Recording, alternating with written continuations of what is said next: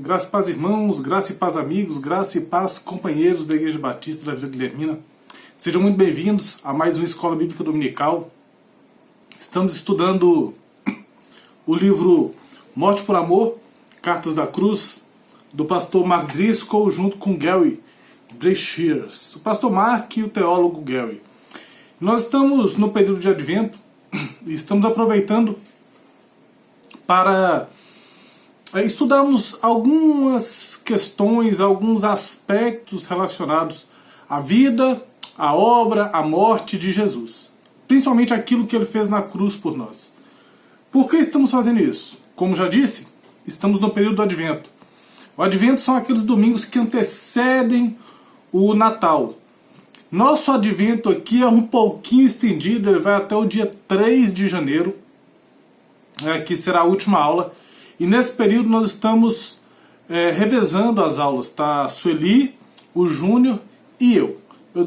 Fiz a aula introdutória, fiz a aula número 1 falando sobre a Mary, a Su fez a aula número 2 falando do David, o Júnior fez a aula número 3 falando do Kurt, e hoje nós iremos pensar um pouquinho sobre o Bill. Para o pessoal da igreja, foi distribuído a história do Bill semana passada, impressa, bacaninha ali, entregue. Durante a semana também disponibilizei a história do Bill via WhatsApp para o pessoal da nossa igreja. Se você está assistindo essa aula e ainda não leu a história do Bill, o Davi vai colocar aqui embaixo o link para que você possa baixar o PDF, fazer a leitura e depois de feita a leitura você retoma o vídeo a partir desse ponto, tá ok? Ok, espero que você tenha feito a leitura do material, espero que você tenha entendido a história do Bill. A história do Bill, pessoal, é uma história que é muito mais comum do que a gente possa imaginar. É uma história que acontece demais no meio das igrejas. Assim como a igreja está cheia de religiosos como David, assim como as nossas igrejas estão cheias de pessoas como Kurt, que não conseguem se relacionar porque carregam em si uma mágoa, uma amargura muito grande. Assim como as nossas igrejas estão cheias de pessoas como a Mary, que foram abusadas sexualmente, as igrejas estão cheias dessas histórias. Muitas vezes nós ficamos sabendo e outras vezes não. A história do Bill é a história de violência doméstica. Uma história de um menininho que cresceu vendo a sua mãe apanhar do pai embriagado, de um menininho que cresceu vendo seus irmãos e as suas irmãs apanharem do pai embriagado, a história de um menininho, filho de um homem que também apanhava muito do avô bêbado. Então era um avô que batia no filho e esse filho refletiu esse comportamento na família. O pai do Bill simplesmente continuou o ciclo de violência que ele aprendeu com o pai dele. E a gente lendo a história, a gente vê questões de distanciamento. O Bill muito novinho, já menininho com 4 anos, saiu de casa, fez um forte no quintal para não ficar junto com o pai.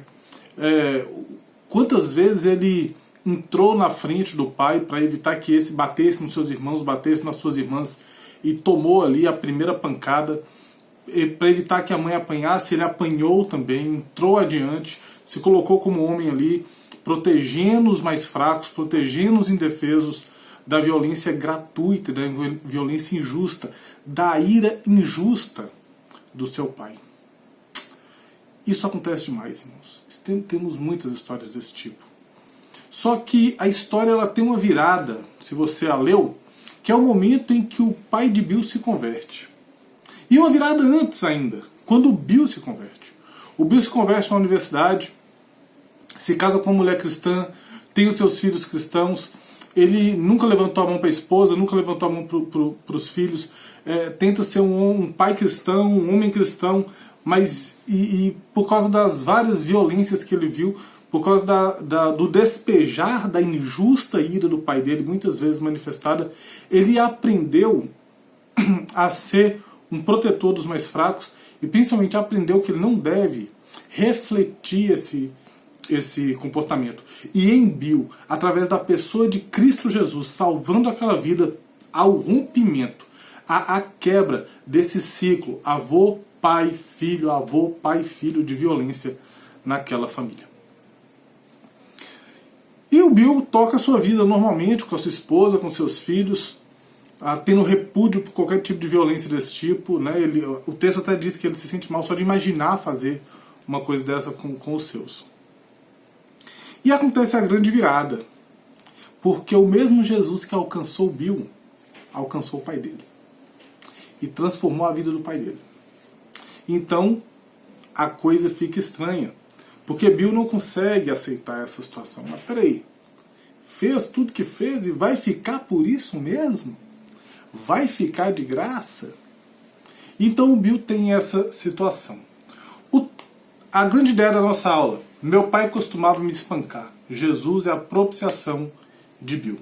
Texto base nosso se encontra em 1 João, capítulo de número 4, versículo de número 10. Nisso consiste o amor, não em que nós tenhamos amado a Deus, mas que Ele nos amou e enviou seu Filho como propiciação pelos nossos pecados. Antes de entrarmos na aula propriamente dita, vamos orar. Vamos falar com Deus. Já estamos aí com quase 7 minutos de aula e ainda não falamos, mas fizemos toda essa apresentação geral, tanto da série quanto da aula que iremos ter hoje. Feche seus olhos, baixe sua cabeça, vamos falar com Deus. Pai bendito, muito obrigado, Senhor, por mais essa manhã, essa tarde, essa noite, que o Senhor nos concede a oportunidade de nos debruçarmos sobre a Tua Santa Palavra. Pai Santo, fala conosco e nos explica hoje o que é propiciação, Pai. E que possamos entender que a propiciação em Jesus é para o Bill, é a propiciação para o pai do Bill, é a propiciação para a minha vida, é a propiciação para a vida dos meus familiares, é a propiciação para os nossos irmãos da igreja, é a propiciação para a vida daquele amigo e companheiro que nos assiste nessa manhã, que ainda não teve encontro com Jesus. Que o Senhor possa trabalhar em nossos corações e que o Senhor possa nos ajudar a entender o que a Tua Santa Palavra nos diz.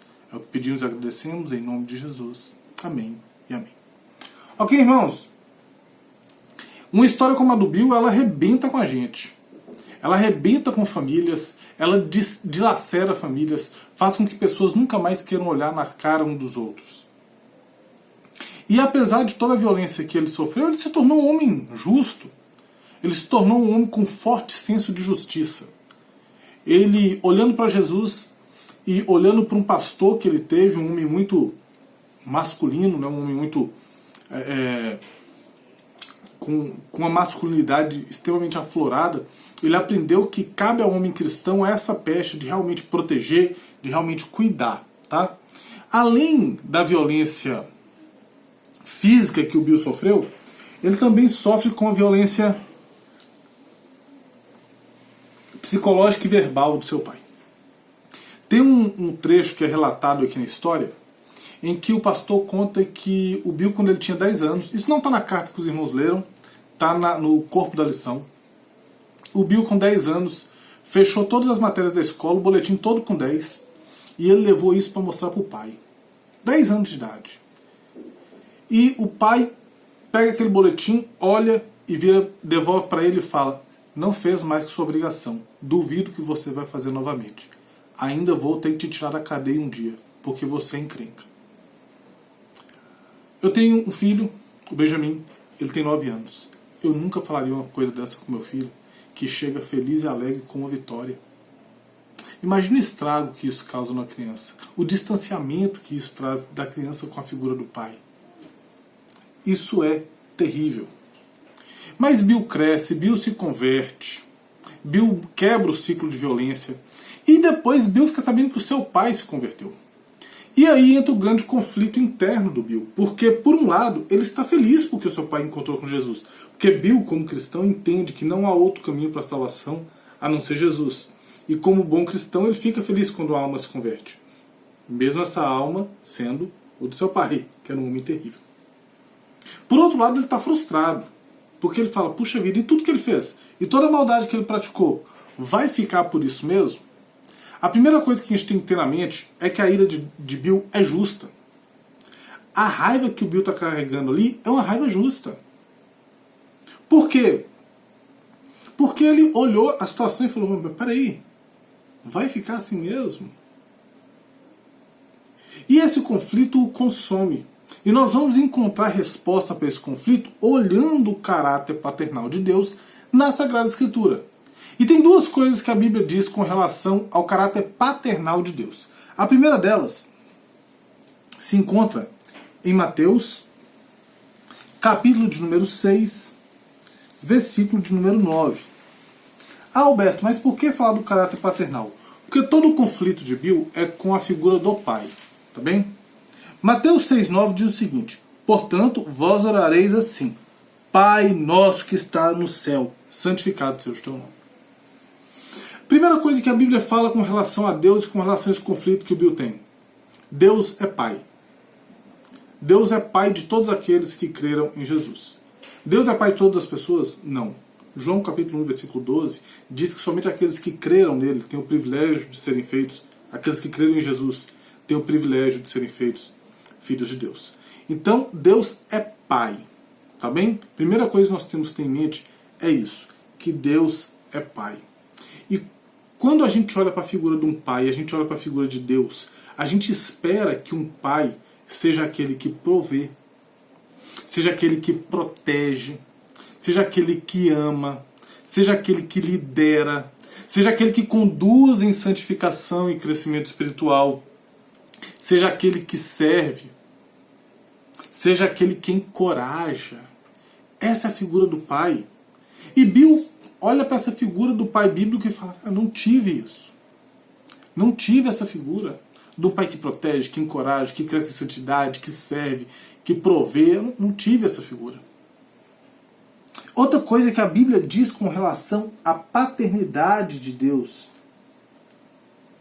se conta em 1 Pedro, capítulo 1, versículos 15 e 16. 1 Pedro 1, 15 e 16. Diz assim: pelo contrário, segundo é santo aquele que vos chamou, tornai-vos santos também vós mesmos, em todo o vosso procedimento, porque está escrito, sede santo porque eu sou santo. Eu e os outros homens da igreja que temos o privilégio de carregar o título de pai, que tem os seus filhos em casa, nós estamos compartilhando de um título de Deus. Deus é pai e nós somos pais.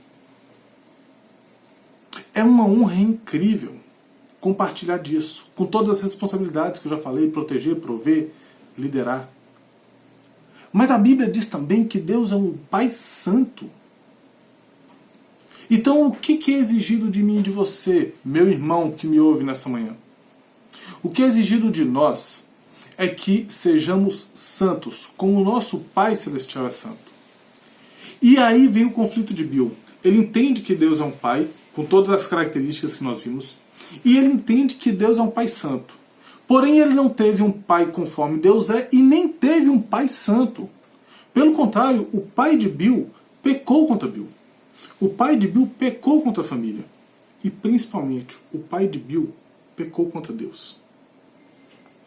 Ele difamou o santo nome de Deus, quando ele deixou de exercer aquilo para qual um pai é chamado: prover, proteger, encorajar, amar, servir, conduzir em santidade, prover crescimento espiritual, liderar a família. O pai de Bill fracassa miseravelmente. E aí Bill tem esse conflito, puxa vida, existe um Deus que é pai, ele exige que eu seja um pai como ele, eu tento ser isso para os meus filhos, eu não tive essa figura, e hoje aquele homem que não foi a figura de um pai que Deus queria que eu fosse, teve um encontro com Jesus. E foi transformado. E eu estou falando, irmãos, isso olhando para esse caráter de Deus e olhando que Bill não achou no pai dele, não encontrou nada disso no pai dele, para mostrar que a ira de Bill é justa. A primeira coisa, Bill ele tem os mesmos sentimentos que Deus tem com relação ao pai dele. Só que o sentimento que Bill tem com relação ao pai dele é o sentimento que Deus tem com relação a toda a humanidade. Vamos lá, o primeiro sentimento. Gênesis, capítulo de número 6, versículos 5 e 6. Olha o sentimento de Deus. Viu o Senhor que a maldade do homem havia se multiplicado na terra, e que era continuamente mal todo o desígnio do seu coração. Então se arrependeu o Senhor de ter feito homem na terra, e isso lhe pesou no coração. A humanidade foi criada, e logo na primeira geração já deu errado, e a maldade foi crescendo na terra, e Deus sentiu um profundo sentimento de indignação. O mesmo sentimento que Bill sentia quando ele via sua mãe apanhar, quando ele via seus irmãos apanharem, quando ele era espancado. Puxa vida, que indignação, que arrependimento de estar nesse lugar, de ter nascido nessa família. Quando o texto fala que Deus se arrependeu, irmãos, isso aqui é uma coisa que a gente tem que esclarecer. Deus não sente arrependimento igual a gente, que errei, puxa vida, errei, se arrepende. Não. Deus sente, na verdade, é por causa que a palavra é difícil de traduzir em português, mas é um profundo sentimento de indignação com o que está acontecendo. Um sentimento de total desaprovação. Então, Bill tem esse sentimento de Deus. A ira de Deus, a ira de Bill é uma ira justa, porque ele está irado assim como Deus está irado. O pecado do pai gerou em Bill esse sentimento de indignação. A ira gerada pelos atos do pai de Bill contra ele, contra a esposa e contra os filhos, gerou um segundo sentimento que Deus também sente com relação à humanidade caída, que é a separação. Lembra quando Bill quis ir embora? Foi morar no fortezinho lá no quintal? Lembra quando Bill, com 16 anos, 15 anos, foi embora morar fora de casa e depois nunca mais quis pisar naquela casa? O coração dele, o texto diz, nunca mais esteve naquele lugar. Esse sentimento de separação, de cara, não é meu lugar, eu não quero estar perto dessa pessoa, eu não quero olhar na cara dessa pessoa, eu tenho asco, eu tenho nojo, eu tenho antipatia dessa pessoa. E é o que a gente encontra no texto de Isaías 59, versículo 2. Mas as vossas iniquidades fazem separação entre vós e o vosso Deus. Os vossos pecados encobrem o seu rosto de vós, para que ele não vos ouça. Bill estava indignado por causa dos pecados do seu pai. Os pecados do seu pai gerou uma ira em Bill que separou e distanciou cada vez mais eles dois, o pai do filho. E por último, Bill tem um profundo sentimento de tristeza.